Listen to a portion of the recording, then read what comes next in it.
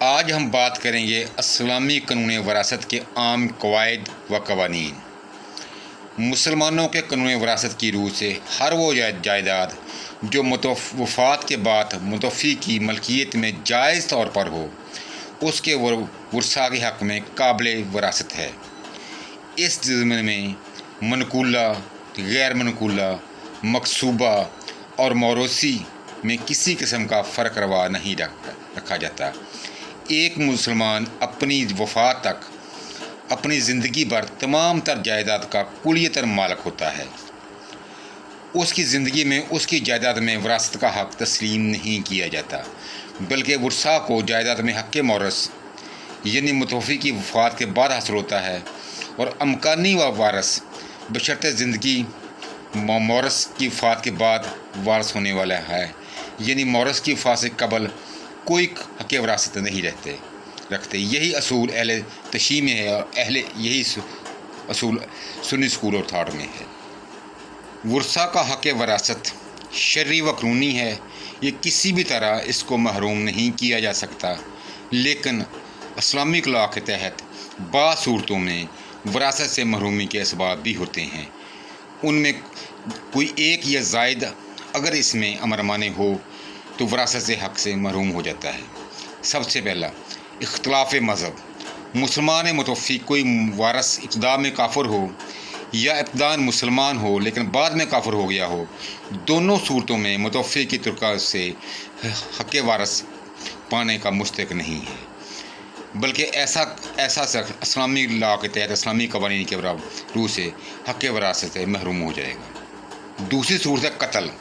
اسلامی قوانین کی روح سے کوئی شخص کسی کی موت کا باعث ہو تو اس کی وراثت نہیں حاصل کر سکتا، یعنی بیسک لاء ہے کہ قاتل مقتول کا وارث نہیں ہو سکتا۔ اہل سنت کے نزدیک وارث کا میت کو اس طرح قتل کرنا کہ وہ قصاص کے زمرے میں آتا ہو اور ثابت بھی ہو جائے تو حق وراثت سے محروم ہو جاتا ہے۔ تیسرا غلامی۔ وراثت سے محرومی کا ایک سبب غلامی بھی ہے، لیکن چونکہ فی زمانہ غلامی یا باندی بنانے کا دستور نہیں، اس لیے یہاں وضاحت کرنا ضروری نہیں ہے۔ ناجائز اولاد۔ نمبر 4، اہل سنت کے نزدیک والد الزنا اپنے باپ اور دیگر پدری رشتہ داروں کی وراثت پانے کا نااہل ہوتا ہے۔ اس طرح پدری قرابہ دار بھی والد الزنا کی وراثت سے حقدار نہیں ہوتے۔ یہ وہ صورتیں ہیں جس سے حق وراثت محروم ہو جاتا ہے۔ اسلامی قانون وراثت کا اہم اصول۔ اسلامی قانون وراثت کی روح سے دو قرابت دار جن میں سے ایک دوسرے کی توسط سے میت کا وارث قرار پاتا ہو، یعنی پہلا شخص دوسرے شخص کی زندگی میں میراث نہیں پا سکتا، بالفاظ دیگر قریب ترین رشتہ دار نیئرسٹ ریلیشن شپ قرابت بعیدہ کو محروم کر دیتے ہیں۔ مثلاً دادا اس کی باپ کی توسط سے اور اس کا پوتا اس کے بیٹے کی توسط سے وارث قرار پاتا ہے۔ باپ کی موجودگی میں دادا اور بیٹی کی موجودگی میں پوتا وراثت سے محروم رہے گا۔ اب بات کریں گے آئلی قوانین یعنی لاء آف لینڈ اور اسلامی قانون وراثت۔ اسلامی قانون وراثت کے مذکورہ بڑا اصول کی روشنی میں پوتا یتیم پوتا دادی کی وراثت سے محروم ہوتا ہے جبکہ اس کا چچا موجود ہو، لیکن پاکستان میں آئلی قوانین کے نفاذ کے بعد یہ شرعی قانون عملاً ختم ہو گیا ہے، کیونکہ فیملی لاء آرڈیننس 69 کی روح سے بیٹے کے ہوتے ہوئے بھی یتیم پوتا دادی کی وراثت کا حقدار ہے۔ لہٰذا مذکورہ بڑا صورت میں یتیم پوتا مورث کے بیٹے کی موجودگی میں بھی وراثت کا حقدار ہے۔ یہ قوانین ایگزسٹ کرتا ہے، یہ لینڈ آف لاء ہے۔ اسلامی قانون وراثت کو دو حصوں میں تقسیم کرتے ہیں۔ حنفی اسکول آف تھاٹ کے مطابق وراثت، شیعہ اسکول آف تھاٹ کے مطابق وراثت۔ سب سے پہلے بات کریں گے حنفی اسکول آف تھاٹ کے مطابق وراثت کس طرح تقسیم ہوتی ہے۔ حنفی اسکول آف تھاٹ کے مطابق وارثان کی 3 اقسام ہیں: ذو الفروض یعنی شیئرر، اسبا اور ڈسٹنٹ کنڈر یعنی دور کے رشتہ دار۔ سب سے پہلے اسبا۔ سب سے پہلے بات کریں گے درجہ اول شیئر کے بارے میں۔ اس میں 6 رشتہ دار ہیں۔ نمبر 1 بیٹا، باپ، خامند، بیٹی، ماں، بیوی۔ یہ 6 رشتہ دار ہیں وہ جو کسی بھی صورت میں وراثت سے محروم نہیں ہوتے۔ یہ درجہ اول کے رشتہ دار ہیں۔ ان کی سب سے پہلے جائیداد ان میں تقسیم ہوگی۔ اگر کوئی بچ جائے تو وہ درجہ دوم میں چلی جائے گی۔ درجہ اول کے رشتہ داروں کا حصہ مختص نہیں ہوتا، بلکہ حالات کے مطابق کمی و بیشی ہوتی رہتی ہے۔ مثال کے طور پر بیوہ، اگر میت کا بیٹا یا بیٹی یا کسی درجے کا پوتا ہو تو اس صورت میں بیوہ کو 1/8 حصہ ملے گا۔ اگر بیویاں 1 سے زائد ہیں، بیوان 1 سے زائد ہیں تو سب کو مشترکہ طور پر 1/8 حصہ ملے گا۔ اگر میت کا کوئی بیٹا بیٹی یا پوتا پوتی کسی درجے کا موجود نہ ہو، یعنی لاولد فوت ہوا ہو، تو اس صورت میں 1/4 حصہ ملے گا۔ اس طرح میت کی والدہ اگر زندہ ہے، اگر میت کی اولاد بیٹا بیٹی یا کسی درجے کا پوتا پوتی موجود ہو تو اس صورت میں 1/6 حصہ ملے گا۔ اگر متوفی لاولد فوت ہوا ہے تو اس صورت میں والدہ کو 1/3 حصہ ملے گا۔ اس طرح اگر متوفیہ مورث عورت ہے، اگر عورت کی متوفیہ کی اولاد یعنی بیٹا بیٹی یا کسی درجے کا پوتا پوتی موجود ہو تو اس صورت میں خاوند کو 1/4 حصہ ملے گا۔ اگر متوفیہ فوت ہوئی ہے، اس کی کوئی اولاد نہیں ہے، تو اس صورت میں خاوند کو 1/2 حصہ ملے گا۔ اس طرح بیٹی کو اگر میت کا متوفی کا کوئی بیٹا موجود نہ ہو، ایک ہی بیٹی ہو، تو اسے ترکے میں 1/2 حصہ ملے گا۔ اس طرح اگر میت کا کوئی بیٹا نہیں ہے لیکن بیٹیاں 1 سے زائد ہیں تو مجموعی طور پر 2/3 حصہ ملے گا۔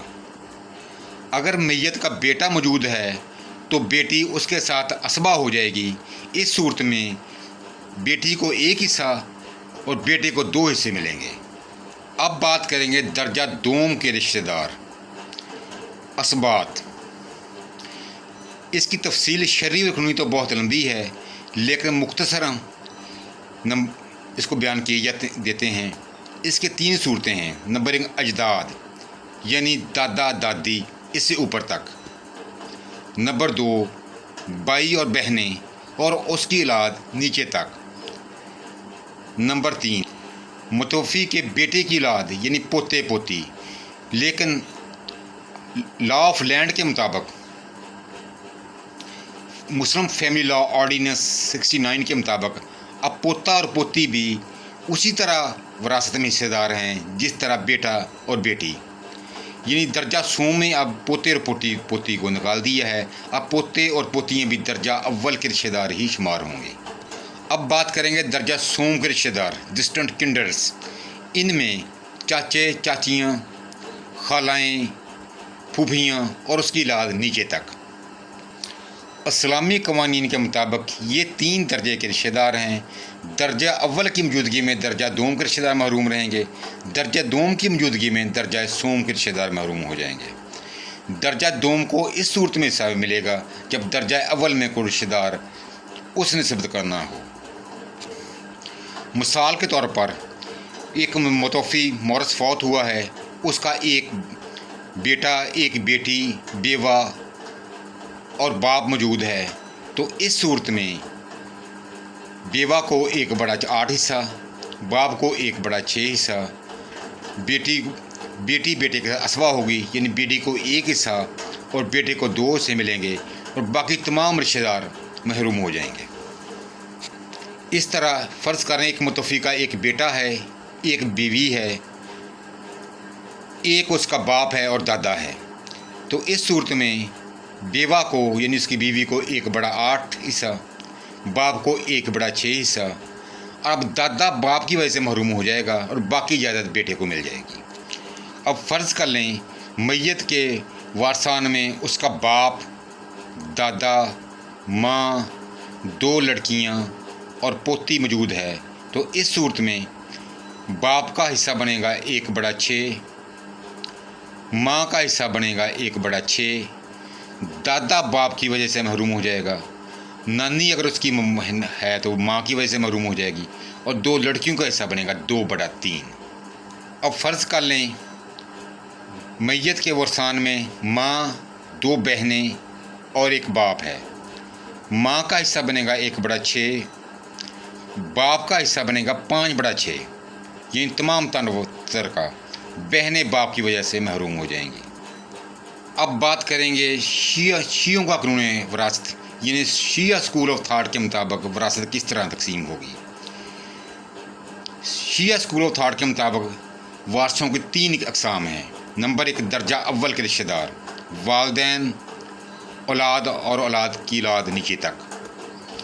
درجہ دوم اجداد، یعنی دادا دادی، بھائی اور بہن۔ نمبر 3 درجہ سوم کے ورثہ، دور کے رشتہ دار جن میں چاچائیں، خالائیں اور پھوپھیاں وغیرہ شامل ہیں۔ حق وراثت میں ترجیح، شیعہ اسکول آف تھاٹ کے مطابق ورثہ کے مندرجہ بالا 3 درجات میں اگر درجہ اول کے درجے کا کوئی وارث موجود ہو تو درجہ دوم اور درجہ سوم کے تمام ورثہ اس سے محروم ہو جائیں گے۔ اس طرح درجہ دوم میں ایک بھی وارث موجود ہو تو درجہ سوم کے تمام ورثہ اس سے محروم ہو جائیں گے۔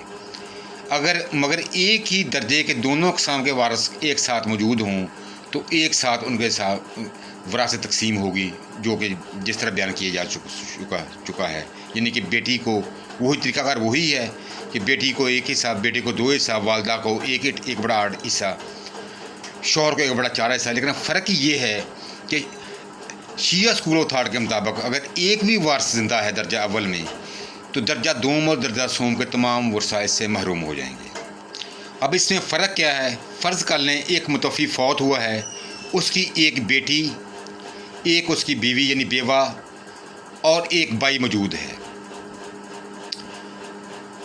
حنفی اسکول آف لا کے مطابق بیوہ کو 1/8 حصہ، بیٹی کو 1/2 حصہ اور باقی جو جائیداد بچے گی وہ اس کے بھائی کو چلی جائے گی۔ لیکن شیعہ اسکول آف تھاٹ کے مطابق بیوہ کو 1/8 حصہ اور باقی تمام جائیداد بیٹی کو مل جائے گی۔ چونکہ بھائی درجہ 2 میں ہے اس لیے وراثت سے محروم ہو جائے گا۔ اس طرح ایک اور مثال فرض کر لیں متوفی فوت ہوا ہے، اس کی بیوہ، 1 والدہ اور 1 بھائی موجود ہے، تو اس صورت میں حنفی اسکول آف لا کے مطابق بیوہ کو 1/8 حصہ، والدہ کو 1/6 حصہ اور باقی تمام جائیداد بھائی کو چلی جائے گی۔ لیکن شیعہ اسکول آف تھاٹ کے مطابق تمام تر جائیداد والدہ کو چلی جائے گی کیونکہ درجہ اول میں موجود ہے۔ شیعہ اسکول آف تھاٹ کے مطابق اگر متوفی کی بیوہ ہے اور اس سے کوئی بچہ پیدا نہیں ہوا تو وہ بھی وراثت سے محروم ہو جاتی ہے، ان تمام تر جائیداد درجہ اول والدہ کو چلی جائے گی۔ اس طرح فرض کر لیں ایک متوفی کا 1 نواسہ یعنی بیٹی کا بیٹا، دادی اور حقیقی بھائی موجود ہے۔ حنفی اسکول آف تھاٹ کے مطابق دادی کا حصہ 1/6، حقیقی بھائی کا حصہ 5/6 اور نواسہ محروم ہو جائے گا۔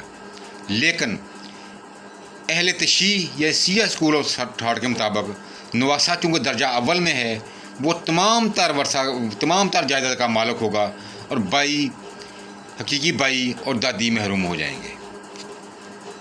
حنفی اسکول آف لا اور شیعہ اسکول آف لا میں ایک اور فرق بھی ہے۔ مثال کے طور پر حنفی اسکول آف لا میں ایک متوفی فوت ہوا ہے اور وہ لاولد فوت ہوا ہے تو اس صورت میں بھی اس کی بیوہ کو یعنی بیوی کو 1/8 حصہ ملے گا۔ لیکن شیعہ اسکول آف لا کے مطابق اگر متوفی فوت ہوا ہے اور بیوہ جو اس کے بدن سے کوئی لڑکا یا لڑکی پیدا نہیں ہوئی یعنی لاولد فوت ہوا ہے تو اس صورت میں بیوہ حق وراثت سے محروم ہو جائے گی۔ امید ہے آپ کو یہ پروگرام پسند آیا ہوگا۔ پروگرام پسند آیا ہو تو سبسکرائب کیے گا۔ واچ کرنے کا بہت بہت شکریہ۔